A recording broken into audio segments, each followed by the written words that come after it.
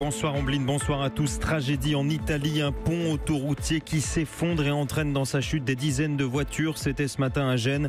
Au moins 30 morts ce soir, nous serons sur place. L'attaque à la voiture bélier ce matin à Londres, un Britannique de 29 ans toujours en garde à vue ce soir. Et puis pas de déchirement européen sur l'Aquarius. 5 pays dont la France accueilleront les 141 migrants du bateau humanitaire. L'Italie sous le choc ce soir, un viaduc coupé en deux au milieu de Gênes. C'est une partie de l'autoroute qui relie la ville à la frontière française qui s'est effondrée ce matin, entraînant des dizaines de voitures et de camions. Au moins 30 morts ce soir, dit le ministre italien de l'Intérieur. Jacques Terrance, vous êtes l'envoyé spécial d'Europe 1 sur place. Ce soir, plus de 1000 pompiers et policiers tentent de retrouver les survivants. Oui Adrien, depuis la chute du pont, des dizaines et des dizaines de secouristes sont mobilisés avec leurs chiens. Ce sont d'énormes blocs de béton de plusieurs tonnes qui ont chuté de 45 mètres. Alors vous imaginez la difficulté pour retrouver une victime dans sa voiture ou à proximité.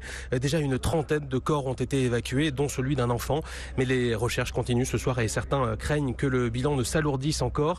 Ce soir, le balai des hélicoptères continue au-dessus de la ville. Il y a les morts mais également les blessés. De nombreuses familles patientent en ce moment même devant l'hôpital principal de Gênes dans l'attente de nouvelles de leurs proches. Au nord du quartier de Sampierre d'Arena où je me trouve, toute la population de ce quartier donc qui se situe juste en dessous du pont a été évacuée par peur de fuite de gaz surtout et de possibles explosions provoquées par les mouvements de terrain.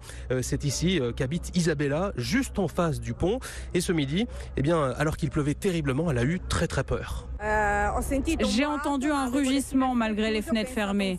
Je pensais à un fort coup de tonnerre près de chez moi et au lieu de ça, quand j'ai regardé dehors, j'ai vu que le pont n'était plus là. J'ai eu très peur. En fait, je me suis enfuie et j'ai fermé toutes les fenêtres. Et après le choc, l'hommage, à côté de moi, il y a une jeune fille, une rose à la main, en hommage aux victimes. Merci Jacques Terrance en ligne de Gênes pour Europe 1. C'est donc, semble-t-il, un pylône entier qui s'est effondré, entraînant dans sa chute des centaines de mètres de route. Le pont datant des années 60 était en travaux de consolidation. Antonio Brensich, professeur d'ingénierie à l'université de Genève, décrit un viaduc d'un type presque unique au monde. Il existe 3 ponts de ce type dans le monde, celui de Gênes, donc, un autre pont en Libye dont on a très peu d'informations, et le premier construit au Venezuela. Et celui-là au Venezuela, ainsi que celui de Gênes, ont manifesté dès le début une grande sensibilité à l'usure des matériaux. Ces ponts, même très jeunes, ont toujours demandé d'importants travaux de maintenance. À Gênes, par exemple, les premiers travaux importants ont été entrepris 20 ans seulement après la construction. Ce pont avait pourtant été construit en 1967, donc c'était un pont jeune, mais c'était un pont qui était en perpétuelle maintenance. Ces ponts sont donc un échec en termes d'ingénierie, puisqu'ils ont été, dès le départ, trop sensibles au passage du temps et à l'usure. Ce professeur d'ingénierie tout à l'heure chez nos confrères de la RAI. Et ce soir, le président du Conseil italien, Giuseppe Conte, s'est rendu à Gênes. Il confirme que 9 personnes sont peut-être encore sous les décombres. Il dit également que les autorités devront tirer toutes les conséquences de ce drame. Europe 1. 22h04, le conducteur à l'origine de l'attaque à la voiture bélier ce matin à Londres, toujours en garde à vue. Ce soir, l'homme a précipité sa voiture contre des passants tôt ce matin près du Parlement de Westminster. 3 personnes ont été blessées. Ce soir, l'enquête avance, Anaïs Cordoba. Oui, selon ces nouvelles informations, le suspect âgé de 29 ans et de nationalité britannique, les médias anglais avaient affirmé plus tôt dans la journée que cet homme était originaire de la région des Midlands, dans le centre de l'Angleterre. Et la police a donc annoncé ce soir que 3 propriétés dans cette région sont en train d'être fouillées. Une à Nottingham et 2 autres à Birmingham. Sur place, à Nottingham, des voisins ont affirmé à la chaîne de télévision Sky News que plusieurs personnes vivaient dans la maison perquisitionnée. Alors, selon les enquêteurs, ce soir, le véhicule du suspect a voyagé de Birmingham à Londres hier dans la nuit. En arrivant dans la capitale, la voiture, une Ford Fiesta grise, a été utilisée aux alentours d'Oxford Circus, puis a été conduite vers le quartier de Westminster, à proximité du Parlement, au petit matin. C'est là qu'à 7h37, le suspect a foncé dans plusieurs cyclistes et piétons, faisant 3 blessés. Interrogé depuis ce matin dans un commissariat du sud de Londres, il s'obstine toujours à ne pas coopérer avec la police.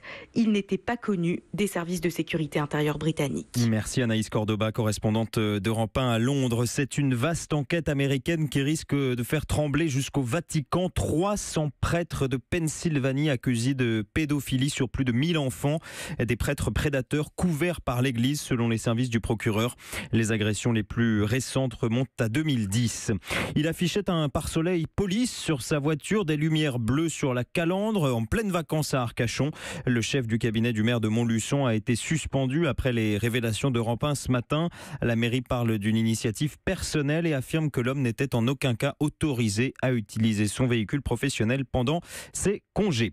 Une solution européenne pour l'Aquarius. Le bateau de l'ONG SOS Méditerranée pourra donc accoster à Malte. Ces 141 migrants seront ensuite répartis entre Allemagne, Luxembourg, Espagne, Portugal et France. La France qui devrait en accueillir une soixantaine. L'Office français pour la protection des réfugiés va se rendre à Malte pour déterminer leur situation. Écoutez son président Pascal Brice. Nous allons pouvoir participer à cette réponse européenne solidaire avec une équipe de l'OFPRA qui se rend dès ce jeudi à Malte avec d'autres Européens de manière à entendre les passagers et à tenir un entretien qui va nous permettre de vérifier que ces personnes relèvent du droit d'asile. Et si elles relèvent des critères du droit d'asile, 60 d'entre elles seront accueillies en France. Il s'agit bien d'un dispositif qui concerne les personnes, les réfugiés, celles et ceux qui relèvent du droit d'asile, pour lesquels nous avons une obligation internationale, européenne, française d'accueil. Et c'est ce que les équipes vont vérifier, comme elles le font d'ailleurs régulièrement. Et notamment, vous le savez, c'est la 5e opération dans des ports du sud de la Méditerranée.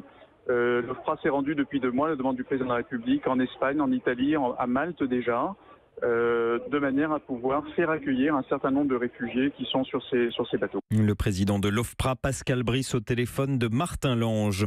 Fernando Alonso rangeait des vélos, ou plutôt des Formule 1. Le double champion du monde 2005 et 2006 ne courra plus. Il l'a annoncé cet après-midi. Il arrêtera sa carrière à la fin de la saison. La météo, Valérie Darmon, le soleil fait son retour demain.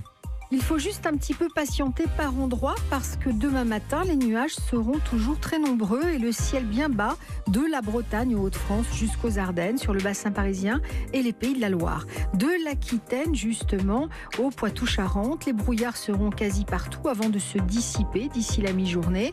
Seule la Corse et le sud-est vont rester orageux et un petit tiers nord, tout petit, le long du littoral de la Manche, nuageux. Partout ailleurs, c'est grand beau.